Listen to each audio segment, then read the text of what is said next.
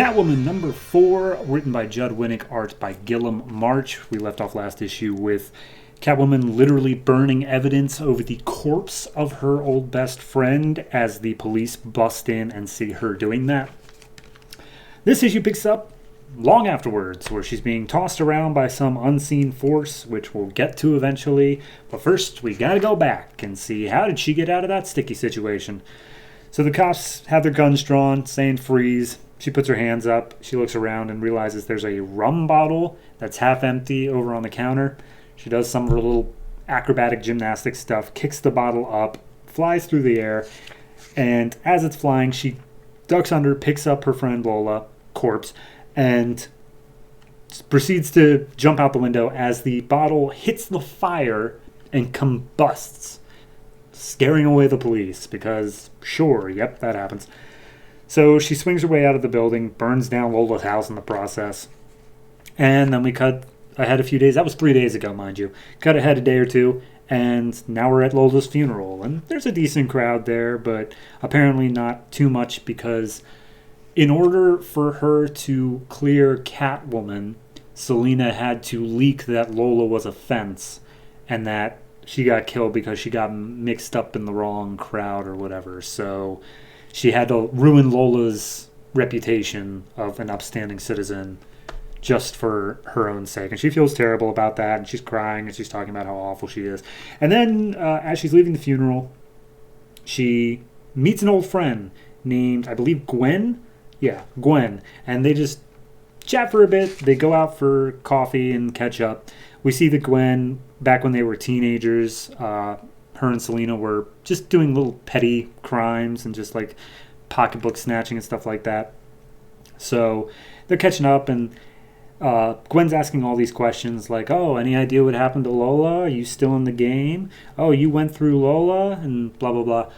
And Selina's lying about all of it. She's like, I don't know what happened to Lola, and I'm not totally in the game. And basically it all comes down to Gwen's just going to be the new Lola, it seems like. She's like, hey, look, I'm kind of a fence right now. That's how I knew Lola. So if you ever need anybody, just hit me up. And Catwoman's like, oh, yeah, if I ever need anybody, sure, thank you. And then her internal monologue's like, I will never call you. Lola's dead because I did this to her. You think I'm going to call you? Bye. And then we get this weird cutaway that I know is going to come back at some point eventually, but for right now, it's just a cutaway of a detective talking to his lieutenant Winston. His name is Detective Alvarez. We get this whole monologue from the lieutenant about how he was an excellent homicide police officer until he followed a lead that caused him to bust down the door of a room where the deputy mayor was getting it on with a lot of drugs and a lot of hookers. And so he got demoted because of politics to Major Crimes Robbery Division. He's been there for 5 weeks, and he's already got 17 crimes that he thinks are all connected because they used roof access and didn't leave any trace, and they were super expert. And he's like, you think you got 17 cases that are all connected? And Alvarez is like, no, I think they're all the same perp. And I just want you to give me some analysts, some forensics, to go through all the evidence and prove that that's the case. He's like, no, not going to do that. And then we just abandon that scene. We just go back to Catwoman. So I'm sure we'll get there eventually. And Catwoman, she's just doing a little bit of that pretty much old petty crime. She's still dressed up like Catwoman. But like there's a couple of just gangbangers with a duffel bag full of cash, and she just goes yoink and beats them up and walks away with it.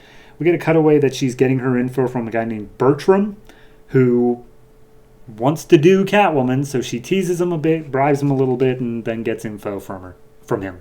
So, yeah, I don't know if he's going to come back, but I'm mentioning it in case he does. So anyway, she beats up these guys, takes the duffel bag, and she's like, it's dirty work, but whatever, I don't got to worry about it.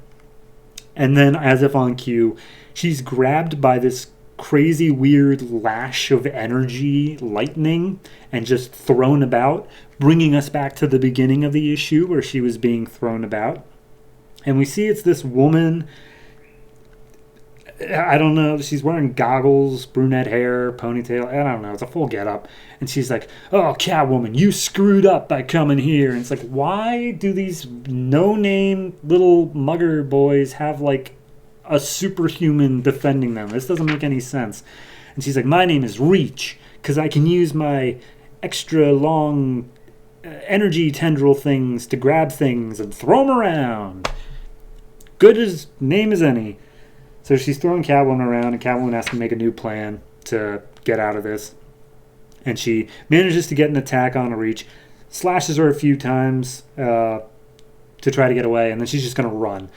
But before she has a chance to run, Reach grabs her with the energy thing and just pushes her up. And I'm not talking like 10 feet, 20 feet, 50 feet. No, we see that Catwoman is literally half a mile above Gotham and is now plummeting to her death. And that's where we leave off. I like this one. I like it. It's...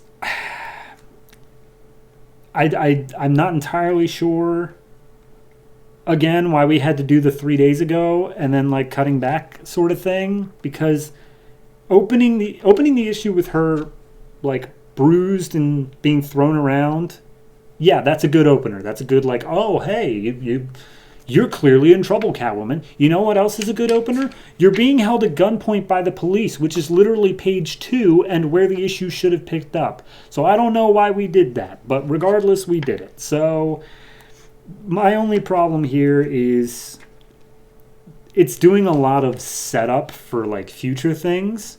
Like, I feel like the Reach thing's probably going to be wrapped up, if not next issue, then at least within the arc.